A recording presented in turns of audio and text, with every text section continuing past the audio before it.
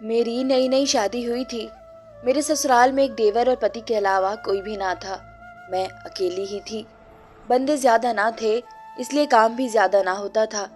थोड़ा सा खाना बनाना होता था और इसी हिसाब से घर की साफ सफाई भी करनी पड़ती थी, इसलिए मैं ज्यादा आराम ही करती थी। मेरा पति काम पर जाता तो शाम गए ही लौटता था। जब से मेरी शादी हुई थी तब से ही मेरे पति का रवैया मेरे साथ अजीब सा था। हमारी शादी जब से हुई थी मेरे पति ने मुझे हाथ न लगाया था। मैंने पूछा तो कहते, मुझे किसी पीर बाबा ने कहा है कि अगर तुम अपनी बीवी के पास जाओगे तो तुम दोनों की जिंदगी बर्बाद हो जाएगी। इसलिए मैं उनकी बात पर खामोश हो गई थी। मुझे अपने पति पर बड़ा यकीन था। अगर वे बोल रहे थे कि ऐसा कुछ है तो मुझे उन पर भरोसा करना ही था। मैंने उसके बाद उनसे कोई उफ तक नहीं की थी और ना कुछ पूछा। मगर मुझे ये सब अजीब लगता था, पर कहती ना थी। लेकिन जब घर में अकेली होती तो सारा दिन यही सोचती रहती थी। जितना सोचती थी उतना ही उलझती जा रही थी। क्या मेरा पति जो कह रहा था वो वाकई सच था, या बात कुछ और थी जो मुझसे छुपाने के लिए बहाने बना रहा था? क्या इसका किसी के साथ वाकई चक्कर चल रहा था? जब वो मुझसे दूर रहता और मुझे हाथ तक न लगाता था और पीर बाबा का नाम लेकर अपनी बात पर पर्दा डाल रहा था। मैं सच नहीं जानती थी और ना ही सच जानने की कोई कोशिश करनी चाहिए थी। मुझे इस बात पर हैरत होती थी, मगर मैं सब्र करने के अलावा कर क्या सकती थी, इसलिए चुप हो गई थी। मेरा एक देवर था, मैं उसको बस नाम से ही जानती थी। आज तक मैंने उसे देखा ना था। मेरे पति का कहना था कि वे खेतों में रहता है। वही एक कमरा था जिसमें वो रहता था। सारे लोगों ने खेतों में फसल उगाई हुई थी। इसकी देखभाल के लिए खेतों में ही रहना पड़ता था कि कोई जानवर फसल खराब न कर दे। इसलिए मेरा देवर जब तक सीजन चलता था वही रहता था। मैंने भी कभी इससे मिलने को ना कहा। मुझे भी इससे मिलने का इतना शौक नहीं था। मुझे तो बस अपने पति से ही लेना देना था। इसलिए मैंने एक दो बार बातों बातों में पति से इस बारे में पूछना अपना फर्ज समझा था।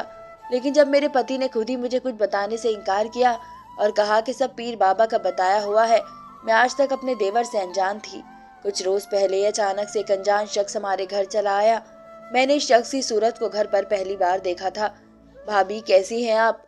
इस अनजान शख्स ने घर में दाखिल होते ही मुझसे मेरा हाल पूछा था। मैं हॉल में बैठी अपने पति के रवैये के बारे में सोच रही थी। उसे देखकर जल्दी से उठ खड़ी हुई। वो आहिस्ता से चलता हुआ मेरे करीब आ गया। उसके पास आने पर मैं डर कर कदम पीछे करने लगी थी। लगता है आपने मुझे पहचाना नहीं। भाभी, मुझे डरते देख कर उसने मुस्कुरा कर कहा। तो मैंने जल्दी में नहीं में सर हिला दिया, जिस पर वो शख्स एक बार फिर से हंस दिया। वो मेरे पास रखी कुर्सी पर बैठ गया। लगता है आपके पति ने मेरे बारे में नहीं बताया। आपका देवर हूँ मैं, उसने मुझे अजीब सी नजरों से देखकर कहा था। इसके बताने पर मेरा डर कुछ खत्म हुआ। मैं जानती थी कि वाकई मेरा एक देवर है, इसलिए अब मैं बेफिक्र हो गई थी। अब वह रोज घर आने लगा था। मैंने अपने पति को बताया तो उसके चेहरे का रंग उड़ गया था। मुझे हैरत हुई थी कि मेरे पति के चेहरे का रंग क्यों बदला था। मैंने तो उसके भाई का ही बताया था। उसके खामोश होने पर मैंने भी इसके बारे में कोई बात ना की थी। मुझे अपने पति की खामोशी खटक रही थी, मगर फिर मैं खुद भी चुप हो गई। जानती थी अगर पूछ भी लिया तो उसने कौन सा बता देना था। मेरा पति जब काम पर चला जाता तो देवर घर आ जाता। जब वह घर आता तो उसके हाथ में ढेर सारे गन्ने होते थे। मेरा डर भी कम हो गया था। आहिस्ता आहिस्ता मेरी झिझक कम होती जा रही थी। ज्यादा फ्री तो नहीं हुई थी, मगर पहले जैसा मैंने डरना छोड़ दिया था। कुछ दिनों में मैं उससे घुल मिल गई थी। वो था भी बहुत अच्छा और इज्जत करने वाला। अब मेरा देवर जब भी घर आता तो उसके हाथ में गन्ने होते थे। खासकर दोपहर होते ही देवर गन्ना लेकर आता और कहता, भाभी बहुत ही रस वाले हैं, चूस कर खाएं। मैंने भी कभी इतने शौक से पहले कभी गन्ने न खाए थे, मगर अब अपने देवर के कहने पर इनकार न करती और फौरन ही उसके पास बैठकर गन्ने खाने लगती। वो खुद मुझे गन्ने छील कर देता और मैं उसके सामने बैठकर चूसती। वो लगातार मुझे देखता रहता लेकिन खुद कभी न खाता। मैं इससे 1000 बार कहती थी कि देवर जी आप भी खा लो, अच्छा है और बहुत मीठा भी, मगर वो मेरे कहने पर भी कभी भी गन्ना न खाता था और कहता, भाभी मैं अभी खेतों में खाकर आया हूँ, ये सब आपके लिए लाया हूँ, बस आप ही खाएं। मैंने उसकी बात पर सर हिला दिया और गन्ना खाने लगी। मुझे ये बात अजीब तो लगती थी कि जब मेरा पति घर पर होता था तो मेरा देवर घर न आता था, मगर जैसे ही मेरा पति काम पर चला जाता तो देवर घर आ जाता था। फिर सोचा शायद इत्तेफाक हो कि दोनों भाई अलग अलग वक्त में घर आते थे, या फिर ये भी हो सकता था कि दोनों की आपस में बनती ना थी, तभी अलग अलग वक्त पर आते जाते थे। मैंने एक बात और नोट की थी, जब कभी दोनों अचानक से एक तौर पर इकट्ठे हो जाते थे तो पति मेरे देवर की तरफ देखता तक ना था, सर झुकाकर इसके पास से गुजर जाता था। मेरे पति के उस सर झुकाकर गुजरने पर मेरे देवर के चेहरे पर एक अजीब सी मुस्कुराहट उभर आती थी, मगर मेरे पति के चेहरे का रंग पीला पड़ जाता था। जाने उन दोनों के दरमियान कौन सी खिचड़ी पक रही थी। एक और अजीब बात थी कि जब मैं गन्ना खाकर थोड़ी देर सो जाती तो शाम को मेरा पति घर आकर जब गन्ने का कचरा देखता तो मेरे कदमों में बैठकर रोने लगता। मैं बहुत पूछती, लेकिन वो मुझे अपने रोने की वजह न बताता। क्या हुआ, आप इस वक्त यहाँ बैठकर क्या कर रहे थे? रात के दूसरे पहर मेरी आंख खुली तो मैंने देखा पति मेरे कदमों में बैठा रो रहा था। मेरी तो हैरत से आंखें फटने के करीब आ गई थी। मैं जानती थी कि पति का रुतबा क्या है, इसलिए उनका मेरे कदमों में बैठना मुझे दहला सा गया था। मुझे डर था उनके इस तरह की हरकत करने से मैं गुनाह में शामिल हो जाऊंगी। मैंने आंखें खोलकर जल्दी से अपने पाँव उनसे दूर किए और घबरा कर रोने की वजह पूछी थी, मगर हमेशा की तरह उन्होंने मुझे कुछ भी ना बताया। इससे पहले कि मैं एक बार फिर से पूछती, वो उठकर कमरे से ही बाहर निकल गए। मैं उनको कमरे से बाहर जाते हुए देखती रही थी। अब तो ये सब उनकी रोज की हरकत बन चुकी थी। रात देर तक जागने की वजह से अगली सुबह मेरी आंख थोड़ी देर से ही खुली थी। मुझे समझ नहीं आ रही थी कि अब मैं क्या करूं, कैसे अपने पति के दिल की बात का पता लगाऊं। आखिर उनके रोने की वजह क्या हो सकती है? मैंने बहुत कोशिश की थी अपने पति से सच उगलवाने की, मगर वे बोलते ही ना थे। मैंने भी थक हार कर उनसे पूछना छोड़ दिया था। मेरा देवर भी रोज गन्ने लेकर आता था और जिद करके मुझे खिलाता था। मैं भी इसका दिल रखने के लिए खा लेती थी, लेकिन पता नहीं उनमें ऐसा क्या होता था कि गन्ना खाने के बाद मुझे नींद आ जाती थी और मैं कुछ देर के लिए सो जाती थी। इसके बाद मुझे खुद की कोई खबर न रहती थी। मैं कुछ दिनों से देख रही थी कि मेरे जिस्म में अजीब सा दर्द रहने लगा था। मेरा किसी काम को दिल ना करता। जब भी कोई काम करने के लिए उठती तो उल्टी और चक्कर आना शुरू हो जाते। मैं तो पहले ही अजीब किस्म की उलझन में उलझी हुई थी। मुझे समझ नहीं आ रहा था कि मेरे साथ अब क्या हो रहा है। मैं किसी से कोई बात भी ना कर पाती थी।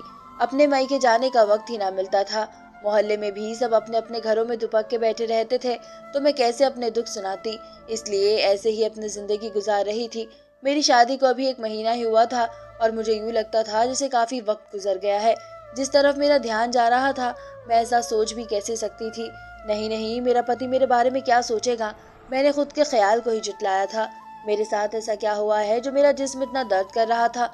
मैंने खुद से ही सवाल किए थे, कहीं ये दोनों भाई मिलकर मेरे साथ कुछ गलत तो नहीं कर रहे थे। मेरा पति मेरे साथ गलत कैसे कर सकता है? इसे क्या मिलेगा ये सब करके? इसने तो खुद मुझसे सच बताया था कि वह क्यों मुझसे दूर रहता है। अगर उसने पहले मेरे साथ कुछ गलत नहीं किया तो अब क्यों करता? मुझे कुछ समझ नहीं आ रहा था कि मेरे साथ क्या हो रहा है। मुझे दूसरा शक देवर पर था। मेरे पति के बाद तो मेरा देवर ही घर आता था, मगर वो मेरे साथ कुछ गलत क्यों करेगा? उसकी मेरे साथ क्या दुश्मनी हो सकती थी? मैंने तो उसे देखा ही पहली बार था, फिर दुश्मनी का तो कोई तुक ही नहीं बनता था। मैंने सोचा क्यों ना डॉक्टर से चेकअप करवाऊं, क्योंकि अब तो तबीयत दिन ब दिन खराब रहने लगी थी। लेकिन मैं बाहर कैसे जाती? एक तो मुझे मोहल्ले का इतना अता पता ना था, दूसरा मैं बाहर जाती और ऊपर से मेरे पति घर आ जाते तो मैं उनको क्या जवाब देती? अब मैं उनको बताकर भी नहीं जा सकती थी, वरना वो साथ जाने की जिद करते और अगर उनको इस बात की भनक भी पड़ जाती कि जो मैं सोच रही हूँ वो सच है तो मेरी जिंदगी ही तबाह हो जाती। एक ये डर भी मुझे बाहर जाने से रोक रहा था। भाभी, मैं देख रहा हूँ आप कुछ दिनों से बड़ी खामोश रहने लगी हैं। क्या बात है? सब ठीक तो है? मेरा देवर आज भी खाने के लिए गन्ने लेकर आया था, लेकिन मेरा गन्ने खाने का बिल्कुल भी दिल नहीं कर रहा था, इसलिए बस हाथ में पकड़ कर बैठी रही थी। जब देवर ने देखा कि मैं गन्ना नहीं खा रही, बस पकड़ कर बैठी हुई हूँ, तो उसने मुझे बड़े प्यार से कहा, भाभी आपको क्या हुआ है? मैंने चौंक कर उसके चेहरे की तरफ देखा था। मुझे उसके चेहरे की मुस्कुराहट अजीब सी लगी थी। इसकी आंखों में मौजूद चमक एक राज अपने अंदर दफन किए हुए थी। वो मुझे देखकर मुस्कुरा रहा था। इसकी नजरों से मुझे उलझन होने लगी थी। मैंने बहाना बनाकर गन्ना वहीं रखकर उठना चाहा था, मगर मेरे देवर ने मुझे जल्दी से वापस बैठने पर मजबूर कर दिया था। भाभी, आप कहीं नहीं जाएंगी, पहले आप ये गन्ना खत्म करें, इसके बाद जो काम करना हो कर लेना, मैं नहीं रोकूंगा। मेरा दुपट्टा पकड़कर उसने मुझे वापस बैठाते हुए कहा। मेरा इस वक्त किसी से भी बहस करने का कोई मूड नहीं था, इसलिए मैं चुपचाप बैठ गई और देवर के हाथ में पकड़ा गन्ना लेकर बेदिली से खाने लगी। बहुत मुश्किल से मैंने वो गन्ना खत्म किया था और वहां से उठकर जल्दी से किचन में आ गई थी। जब तक मैंने पूरा गन्ना खत्म ना किया तब तक मेरे देवर ने अपनी नजरें मुझ पर ही रखी थी। मैं इसकी नजरों से बचने के लिए किचन में आ गई। न जाने क्या बात थी, मेरे जिस्म में एक अजीब सा डर घुसता जा रहा था। मैं चाहती थी मेरा देवर अब इसी वक्त यहाँ से चला जाए, क्योंकि इसकी मौजूदगी मेरे शक को हकीकत का रूप दे रही थी। अगर देवर ही मेरा गुनहगार था तो मैं किसी को क्या मुंह दिखाऊंगी? मेरा तो पति पहले से ही मुझसे दूर था। मैं क्या करूंगी? कैसे सबको यकीन दिलाऊंगी कि मैं बेगुनाह हूँ? मैंने अभी पानी पीकर गिलास शेल्फ पर रखा ही था जब मुझे अपने पीछे से मेरे देवर की आवाज़ सुनाई दी। आप यहाँ क्या कर रही हैं भाभी? जाए कमरे में आराम करे, मैं भी खेतों में जा रहा हूँ।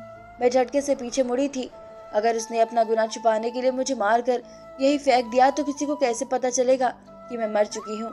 इसको चेहरे को देखकर मैंने खुद से कहा था, माना कि वे जवान मर्द था, मैं कुछ कर भी नहीं सकती थी। अपनी जान के जाने के एहसास ने ही मेरे रोंगटे खड़े कर दिए थे।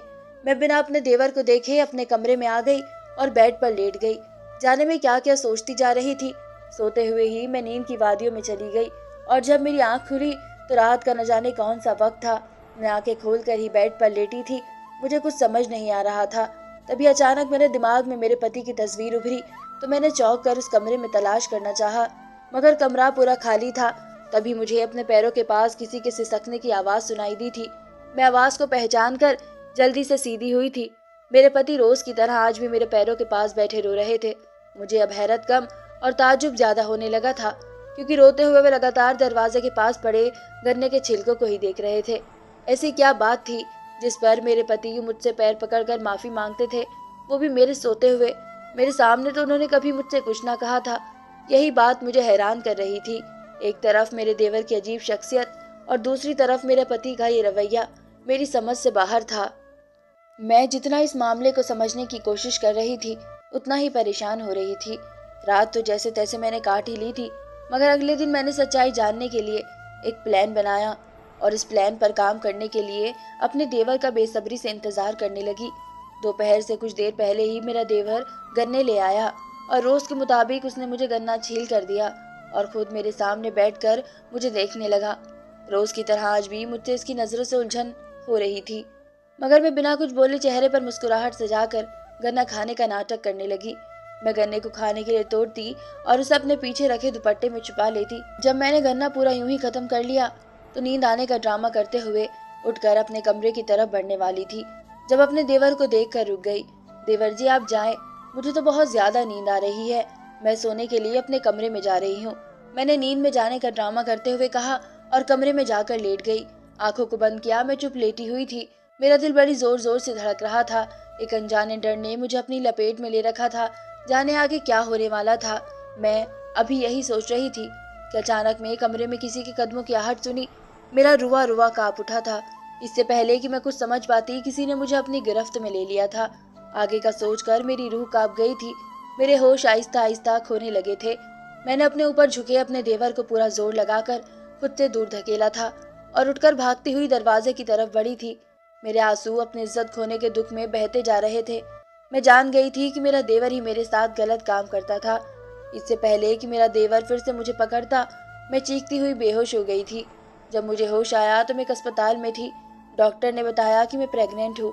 ये सुनकर मेरी तो जान ही निकल गई थी। मैंने कांपते हुए अपने पति को देखा था जो मुझे गुस्से से देख रहा था। ये बच्चा मेरा नहीं है, इसलिए मैं तुम्हें तलाक देता हूँ। मेरा पति अचानक ही गुस्से में मुझे तलाक देकर बाहर चला गया था। मैं वहीं बैठी रोई जा रही थी। मैं तो पहले ही एक झटके से संभल ना पाई थी, अब एक और मुसीबत मेरे सर पर आ पड़ी थी। कुछ ही देर बाद मेरा पति फिर से मेरे पास आया और मेरे कदमों में बैठकर बोला, देखो गुस्से में मुझसे गलती हो गई है। मैंने तुमसे तलाक को कहा, लेकिन मैं तुम्हें तलाक नहीं देना चाहता था, वो मैंने गुस्से में बोल दिया था। अब तुम मेरे भाई से शादी कर लेना और फिर तुम मुझसे तलाक लेकर दोबारा मुझसे शादी कर लेना। वो तुमसे कोई रिश्ता नहीं बनाएगा, बस तुम मुझसे शादी कर लो। मेरी आंखों में दिखे सवाल पढ़कर मेरे पति ने मेरा हाथ पकड़कर मुझे तसल्ली देते हुए कहा था। मैं भी जानती थी उन्होंने गुस्से में मुझे तलाक दी थी, इसलिए मैं खामोशी से अपने देवर से शादी के लिए मान गई। फिर पति ने मेरी शादी मेरे देवर से कर दी और खुद घर छोड़कर चले गए। मेरे देवर ने जब मुझसे शादी की तो उसने मुझसे बताया कि वो मेरे पति का भाई नहीं है। यह सुनते ही मेरे तो कदमों के नीचे से जमीन निकल गई थी। मैं हैरत से खड़ी उसे देखे जा रही थी। मैंने अपने पहले पति का बहुत इंतजार किया, मगर वो मेरी शादी देवर से करवाकर जाने कहाँ चला गया था। अगर तुम मेरे पति के भाई नहीं तो फिर तुमने मेरे साथ वो सब क्यों किया? मैंने रोते हुए उससे पूछा था। बताऊंगा, मगर अभी नहीं, वक्त आने पर। मेरे पूछने पर उसने मुझे जवाब दिया और कमरे से निकल गया। जाने क्या वजह थी जो मेरा पति मुझे छोड़कर चला गया। उसने तो वादा किया था कि वो दोबारा मुझसे शादी करेगा, मगर वो अभी तक ना आया था। पति का धोखा याद करते हुए मुझे उससे नफरत सी महसूस हुई थी। जरूर ये उन दोनों की मिली भगत का नतीजा था। एक ने मेरे साथ जबरदस्ती की और मैं इसके बच्चे की माँ बन गई, और दूसरा मुझे तलाक देकर वहां से चला गया था। मैंने नफरत से अपने पति के बारे में सोचा था। मैं अब वो घर छोड़कर भी नहीं जा सकती थी। इस बच्चे की वजह से मैं फंस गई थी, और अपने आने वाले बच्चे का सोचकर मैंने मौजूद जिंदगी को स्वीकार कर लिया था। कड़वा घूंट मैंने पीने का सोचा और खामोशी से रहने लगी थी। कुछ ही महीने बाद मेरे यहाँ एक बेटी हुई थी। जब मेरे दूसरे पति को पता चला कि मेरे यहाँ बेटी हुई है, तो वो मेरे पास चला आया और हाथ जोड़कर मुझसे माफी मांगने लगा। इसका कहना था कि तुम्हारे पति ने एक लड़की की इज्जत लूटी थी। वो लड़की मेरी बहन थी, जो कि बहुत शरीफ और अच्छी लड़की थी। उसने इस दुनिया में जलील कर दिया था।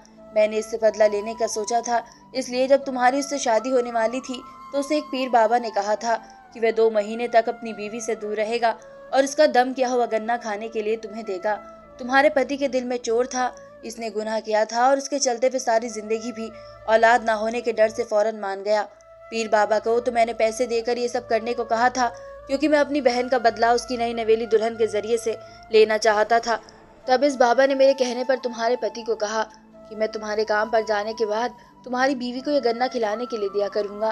तुम्हारे पति को बाबा ने कहा था कि गन्ने पर मैं कुछ दम कर कर तुम्हें दिया करूंगा।